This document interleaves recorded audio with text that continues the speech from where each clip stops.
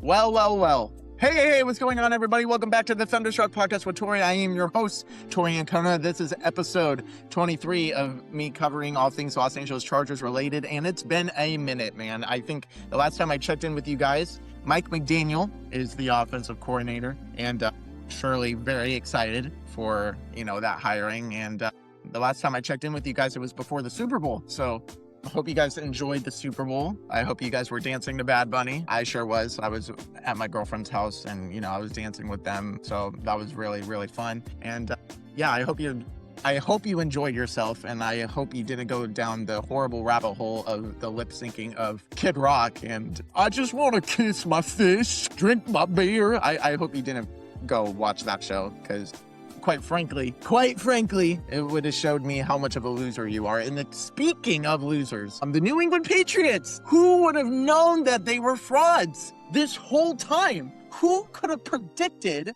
that the New England Patriots season was fraudulent? Okay, all jokes aside, I know the Patriot fans are really sensitive right now. They're probably in my comment section right now. Well, we beat the Chargers. And you're a Chargers fan, and this is a Chargers podcast, blah, blah, blah. Congrats to all the Patriots fans out there. You beat a injured Chargers team with the worst ranked O-line and probably bottom 2 offensive coordinator in the whole NFL this year. So congrats. Give it up for the Patriots for beating a team that they should beat at home. Good job. I mean, out of all the teams in the league, and this is what a lot of people took out of context. I never said that the Chargers were going to beat the Patriots. I was doubling down that the fact that out of all the teams in the AFC, I think that the Patriots are, a little bit fraudulent. And I went over the schedule of the teams that they beat, and it really shows that the teams that they win against are horrible teams, injured, and horrible offenses. And the Chargers were injured and had a horrible offense. Does that fall under Justin Herbert? Maybe, but also the worst ranked O-line, and he himself was injured. So, what are we doing here? You beat the Chargers, congrats. You also beat CJ Stroud. What was it, he had 12 interceptions in 2 quarters or some shit? So, congrats. And then, guys, no, actually, I take back what I said. You guys beat Jarrett Stidham to go to the Super Bowl.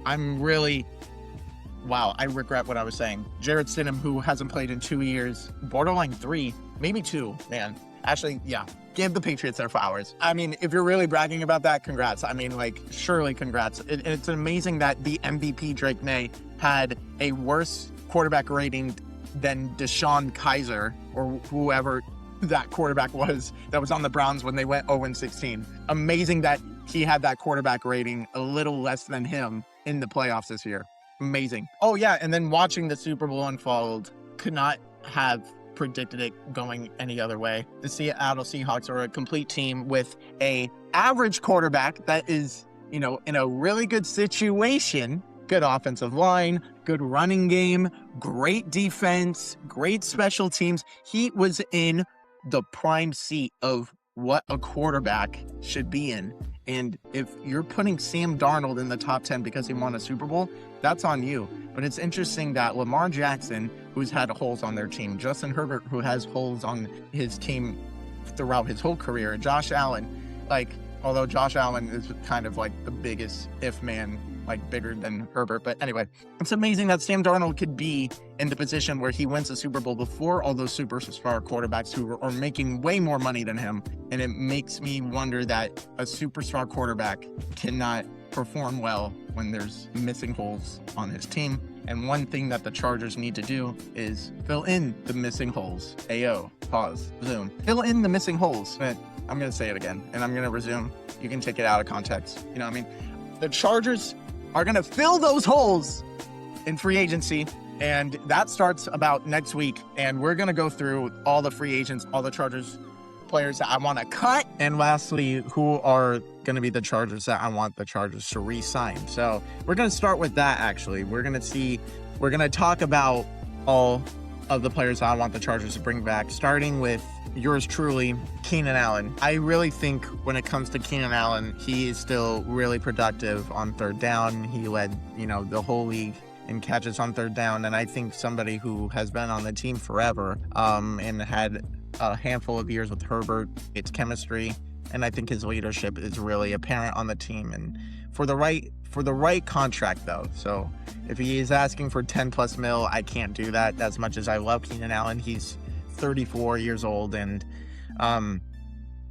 near towards the end of his career. However, I think if you bring him back for a $8 million, $7 million, $6 million deal, I'm going to say Keenan Allen for the right price. I'm going to put that as, the title for that. Now, I know a lot of people are like kind of thinking about getting rid of him or letting him walk in free agency, and I do understand that take. However, I think for the right price, I think Keenan Allen would be worth it. Maybe a 1 year, $7 million deal. I think that would be really respectful, fair, you name it. And I think he's still consistent enough for the Chargers to, have a consistent third down target. And he doesn't even need to be the number one guy. He really don't. But at the same time, I think his consistency on that third down is the best in the league. I mean, it clearly showed last year that nobody got more catches on third down than Keenan Allen. So I'm going to say Keenan Allen for the right price is going to be the first Chargers player I want them to re-sign.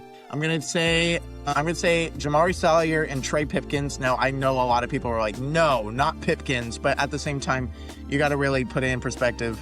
There's not really that really good tackle depth on the market right now, so might as well just stick with what you have at the tackle depth position. And I think Pipkins, for what that role has been for him, he's been somewhat, decent enough to at least hang in there. Same with Jamari Salyer, especially Jamari Salyer stepping in that left tackle. I think that those are two players that, you must need on the team. Are we going to spend crazy on Khalil Mack? That is the question. And I am going to say no. I know. We love Khalil Mack. I love Khalil Mack. This guy is asking for $21 million for 1 year. And although it would be awesome to have him back, I think we have more priorities for building with the future, and that's kind of the business aspect of the NFL free agency, where it's like, even though you love the player, you really got to think ahead and you got to put the team first. And it's unfortunate that it works out that way, because I love Khalil Mack and I love what he brought to the team, and he's actually been one of my favorite players throughout the last few years with him. But we have another edge rusher that I really think is the top priority, and that is Odafe Oweh. Now, I'm a big fan of Odafe Oweh. I think when we traded for him, it was amazing. And then it was really extraordinary to see that he was on the team, half the year, and he was becoming one of the most key players on the roster. And I think his speed at the edge position takes away mobile quarterbacks quicker than I've ever seen.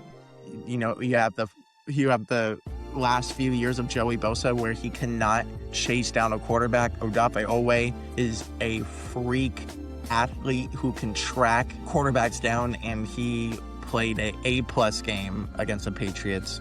And I really think overpaying for him would be worth it, especially with Thule, especially if you get a few edge rushers in the draft or in free agency. And we'll talk about the other free agents in a moment here, but I'm talking about strictly about, bringing players back, along with Deshaun Hand. Denzel Perryman would be another candidate I would like to bring back.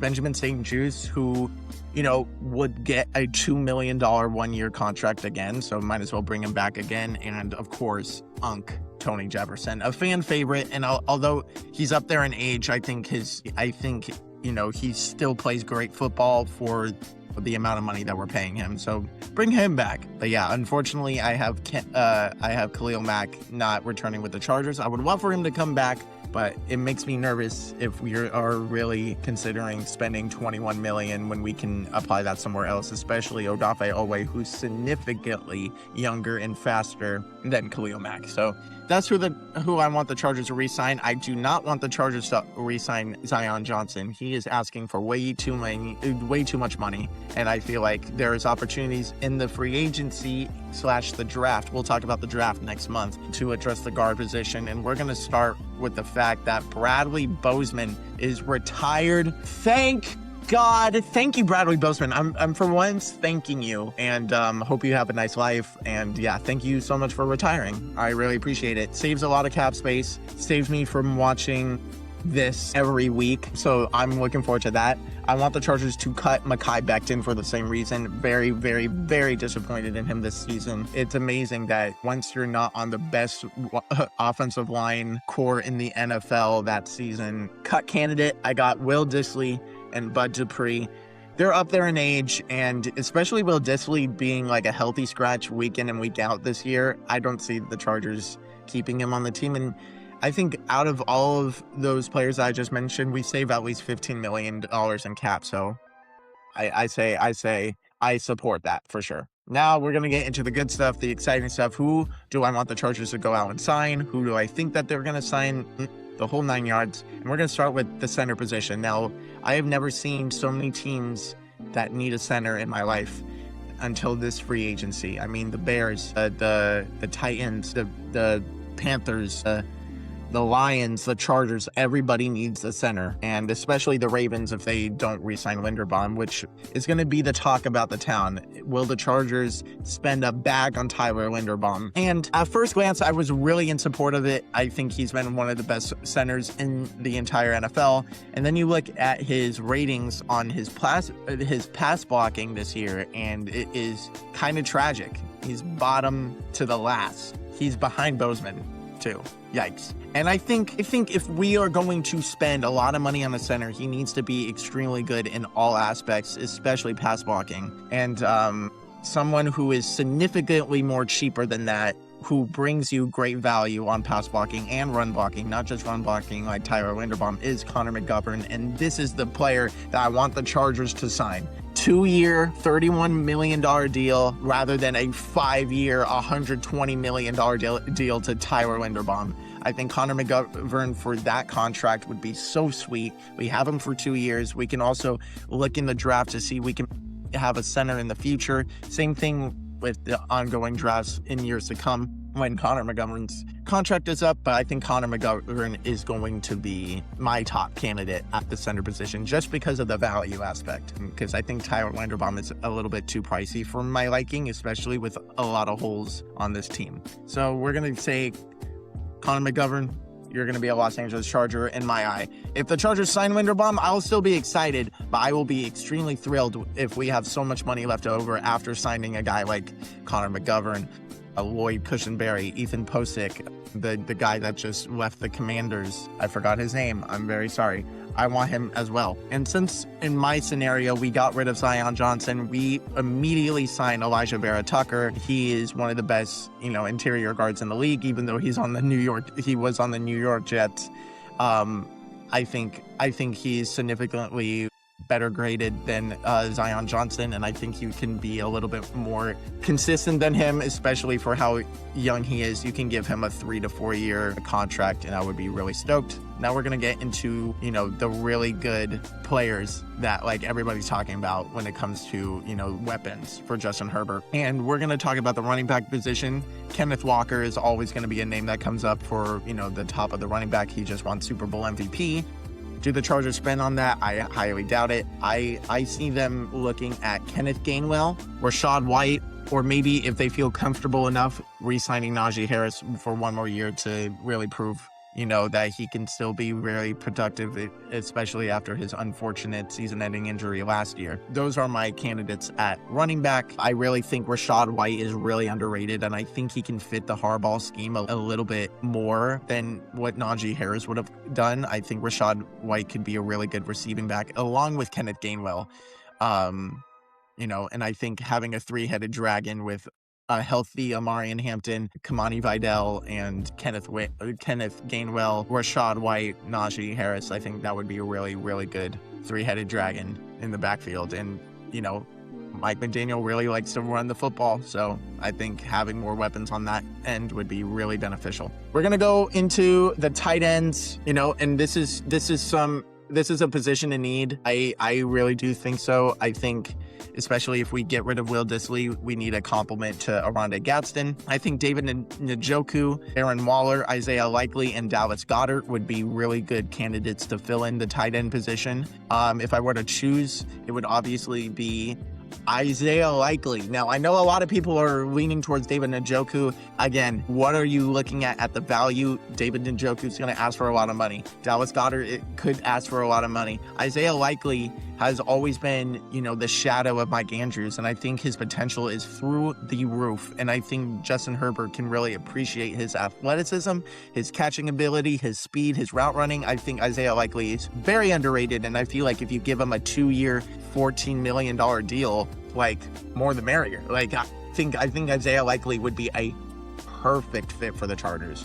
So we're going to go with that. Along with the Chargers bringing back Tucker Fisk as a blocking, tight end. I think he is really good there as well. We're going to talk about the wide receivers real quick. The wide receiver position, we have Tyreek Hill, Rashid Shaheed, Christian Kirk, Keenan Allen, I already mentioned, Alec Pierce, and Romeo Doubs. All of those receivers I can definitely see become a Charger. As much as I would love to see Tyreek Hill on this team, Rashid Shaheed, Alec Pierce, I think those are players that you would have to spend a lot of money for. A lot of money, especially Alec Pierce, which a lot of people want Alec Pierce, including myself. But again, the name of this, I should name, this is episode 23's motto with Tori is, when it comes down to value, I think the Chargers really need to see what good this player could be for that amount of money. And I think if you land on a Romeo Doubs and a Christian Kirk even, maybe the most I would spend would be $13 million a year,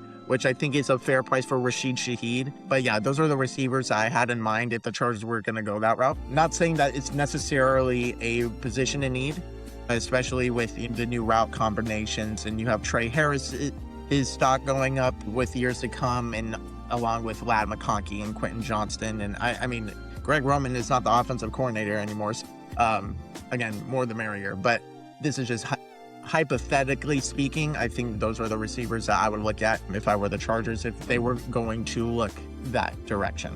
We are going to look at the edge rushers. I already talked about Khalil Mack and Odafe Owe, but maybe you look at Aboye Mafe, Marcus Davenport, Yatir Gross, and I think those are edge rushers that are extraordinary fits for this team.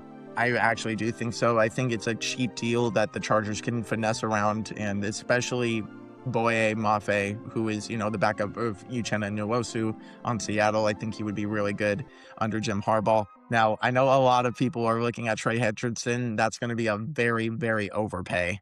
If the Chargers end up with Trey Hendrickson, I would be really interested, and I would be pretty psyched. But again, could be a very, very expensive contract, and the Chargers need to look forward to saving a lot of money, especially with them wanting to maybe potentially extend Quentin Johnston next year. The whole 9 yards. You dig, you feel, you dig. We're gonna go with, I would love the Chargers to sign Yatir. I'm sorry if I'm butchering this, but Yatir Gross-Matos I think would be a really good fit here, along with John Franklin Myers at defensive tackle, along with Deshaun Hand. And, when it comes to the linebackers, Quay Walker, Denzel Perryman, and Nakobe Dean. I have Nakobe Dean down. I think he would be a really, really good fit. He still needs to prove himself a little bit more, but I think him and Deion Henley would be absolutely perfect. And then when it comes to defensive backs, I already mentioned St. Juice. Eric Stokes is someone who has a lot of upside, I think, when it comes to his age and his productivity. And when it comes to the team, I definitely think that would be really, really, really fire. And then we need a different punter. I'm sorry, J.K. Scott, you gotta go. And if Tommy Townsend is available, pick him up from the Texans. And to recap, who I want the Chargers to sign in the offseason is Odafe Owe, Nakobe Dean, Yatir Gross-Matos. Again, if I'm butchering that, I'm sorry. I'm going to say Kenneth Gainwell. Sign Kenneth Gainwell. That would be a nice signing. Sign Isaiah Likely. Sign Elijah Vera Tucker. And sign Connor McGovern. And then I think you have a really, really, really good free agency. And we'll see what, lies for the Chargers. They might make a splash trade. We shall see. And I will come up here and tell you guys about it. And I'm very excited about it. And I'm very excited about this free agency, y'all. I really have really big expectations for the Chargers. So they better not F this up. You know what I mean? All right. Yeah, I guess that's it. I hope you guys have I guess that's it. I hope you have a great rest of your night, and I will see you on the next episode. I promise I won't spend another month away from you guys. I miss y'all. All right. Take care. Have a good one. Bolt up.